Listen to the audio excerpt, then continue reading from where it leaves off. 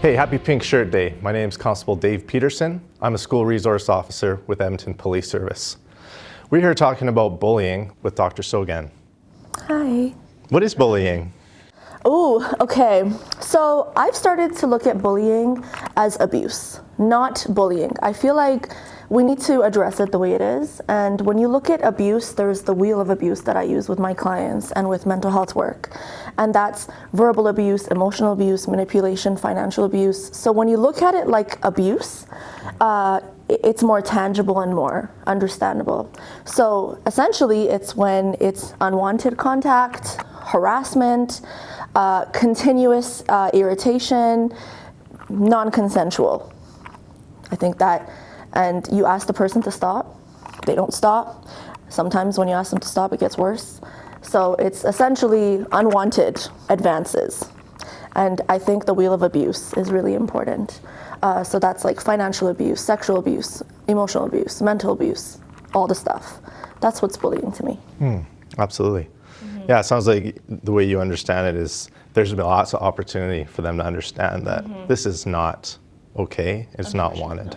Not at all. What can an SRO do to help my child if my child is being bullied? That's a great question. You know, in the school setting, there's not a one-size-fits-all solution, that's for sure. We can be dealing with kids of a variety of backgrounds, a variety of cognitive abilities. So the person who's experiencing bullying absolutely can come to the SRO and seek guidance, seek help. Sometimes they don't want, you know, a big to-do and a lot of things done. Sometimes it's their friends, sometimes it's they just need advice. So that's the first level, is just a listening ear, someone to talk to. Obviously, stepping up from that, someone can come and make a complaint and ask the SRO to do an investigation to see if there needs to be school consequences, phone calls to the parents. And we do try to move towards reconciliation and healing circles whenever possible in a school setting. A question for you, Dr. Sogand. How do you stop bullying? Well, that's a loaded question. I think that to stop bullying, it depends on, I think, the environment that you're in. So, for example, social media. That happens so often in social media. It's sometimes, there's different routes, I feel, right? Just like what you said. I don't think it's a one-size-fits-all approach. So folks can perhaps block the person. Folks can, sometimes they feel like they need to respond to get their power back. I don't think that's an illogical response. And sometimes they have to escalate it to wherever that person may be. I've actually contacted EPS myself because of bullying, and I've been told to keep record of the accounts and what was said if I need to escalate it. Now, if it's in a school setting, I'm glad that you exist because you can talk about that. I think in personal, like interpersonal settings, bullying can happen as well when it's in relationships and dynamics, boundaries, communication, that can happen. But do any of these actually stop bullying? That I think is a bigger question, because we can do all of these things and the person can still, you know, keep doing the advances, and then I think other people need to get involved. Absolutely. I think you said something important, that sometimes other people need to come alongside. And when everybody understands their role, I think that's sometimes when we can move the needle on bullying, when bystanders understand that, oh, I have a purpose, I have a role in helping this situation. Yeah, and I think that's so important for bystanders is, first of all, bullying can happen to anybody at any time, because abuse can happen to anybody at any time. I think that's important for us to shift the veil of denial and recognize that this can happen to anybody. It happens to adults at workplaces, across the board. There's mean people doing mean things. So when we normalize this experience, I think then it becomes easier to ask for help and accept help and receive help. You know what I mean? Totally. So. Yeah. So speaking of bystanders, what can somebody do if they know somebody or they're aware of a situation that looks to them like bullying? Honestly, I appreciate when people just contact me. They just straight up contact me. Private, right? Not in like comments so the world can see. But that direct contact, I think it brings back that humanity, and it reminds you that not everybody's mean. So if you're a bystander and you see it, you can ask the person how you can support them, not think for them, because sometimes they just need to vent to you, or they just need a hug, or they just need like a fist bump or something. So I think it's important to ask the person, how can I support you? I see what's happening to you. I think that will help the person. In our brains we have a 5-to-1 ratio that unfortunately it takes 5 positive comments to mitigate that 1 negative. So if you're getting 5 positive people coming to you and saying, how can I support you, it might decrease the intensity of that negative incident. Absolutely. I think what you said there is huge, not to just go in and fix it how you think, Yes. but to check in with the person, say Yes. like, hey, are you okay? Yeah. Like, can I do anything for you? Yeah. It goes a long ways. Exactly, and they may not be at a place to respond because they might be startled, and they might be in a place of shock, or they might tell you like, hey, yeah, I appreciate it, here's what you can do. What role does social media play in bullying? I think social media is wonderful if your intentions are good, and if your intentions are awful, it can be awful. I think it's important for people to recognize, again, that bullying happens all the time to everybody on social media, whether you have a large following or a small following, whether you're a private account or a public account. And so, again, normalizing that experience, I think, removes the shame and the guilt. Oftentimes, when we are on the receiving end of bullying, we get into a place of shame and guilt, and that actually stops us from seeking help or even talking about it. So I hope this helps, remove that veil of secrecy. And so people can see that this is a real issue. And unfortunately, with anonymous accounts, people unfortunately feel like they can say things that they may not say to you in person, or they may say in person. But I feel like in person, you can actually advance it quicker than an account that is user 5678. You know what I mean? So knowing that, then I think it's important to recognize your privacy settings. Are you willing to deal with it? If not, maybe making your accounts more private, disabling comments, disabling stitches and duets, disabling remixes, so that, disabling people messaging you, disabling people sharing your post. Those are some things that you can do, which inevitably really impacts your engagement negatively, but it does help you a little bit. Or recognizing that if you do not disable all of those things and you enable them, then unfortunately people can use that to their advantage. Sounds like it can be a bit of a trade-off. Yeah, and I think people should have social media hygiene. So social media hygiene is how much time are you spending on social media, and what self-sabotage behaviors are you engaging in after you've been bullied.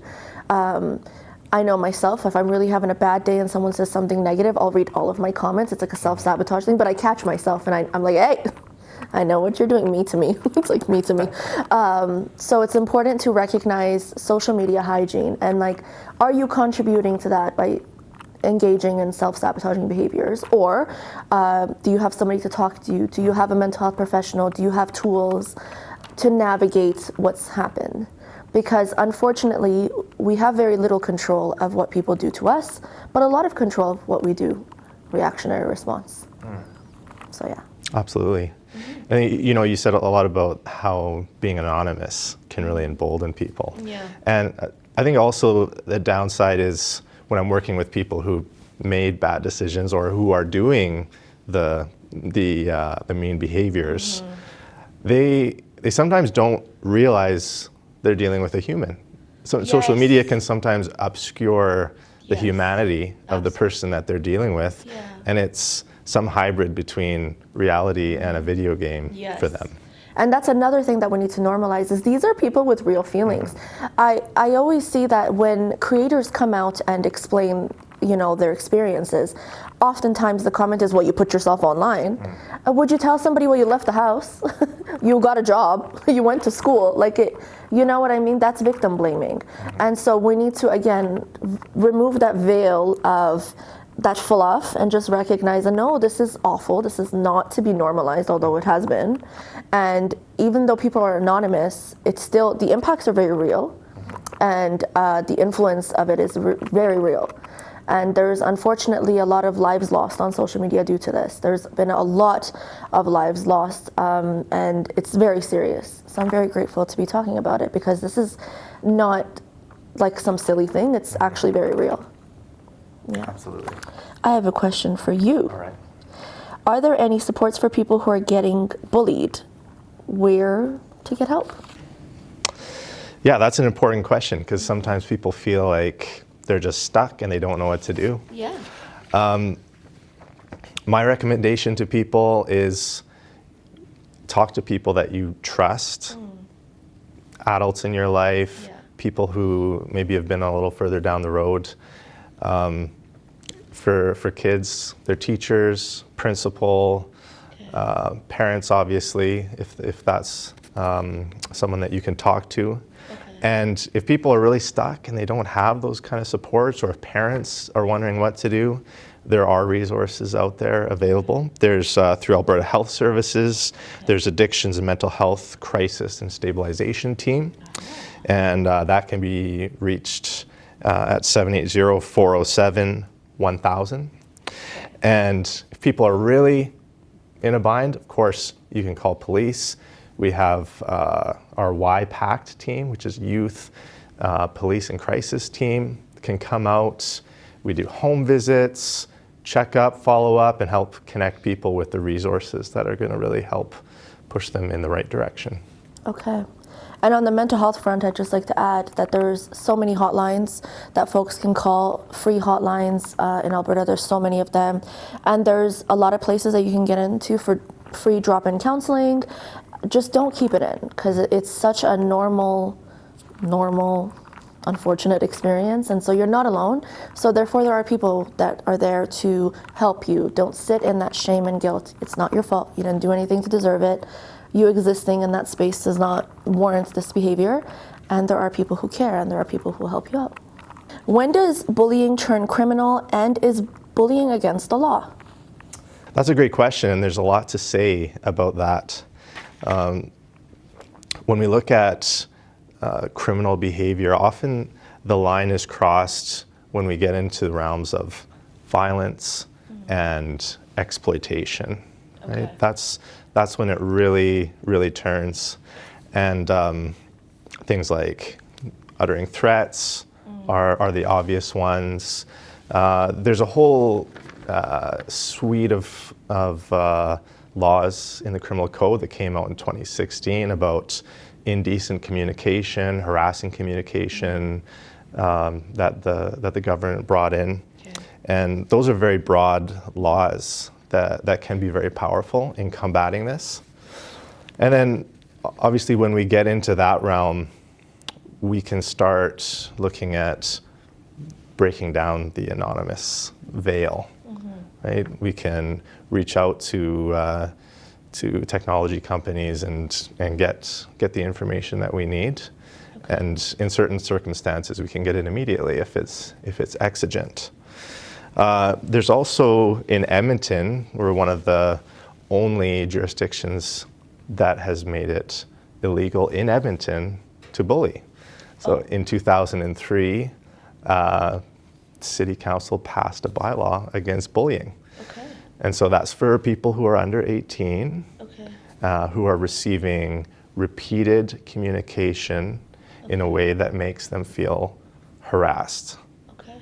Yeah, and so school resource officers get to use this. It's a great tool for education, and also just to set that boundary to say like, hey, if this continues, it could be a $250 ticket. And that can ruin your day. Yes, it can, especially if you're under 18. Yeah. But even adults, that would ruin my day. Yeah. Yeah, okay, well, thank you for sharing. So Dr. Sogand, thanks so much for coming and being with us and sharing your insights and your experience about bullying. And thank you all for joining us. If you have more questions, or if you need more resources, there's going to be things attached to this video. And reach out and don't suffer alone. Happy Pink Shirt Day. Happy Pink Shirt Day. Thanks for having me.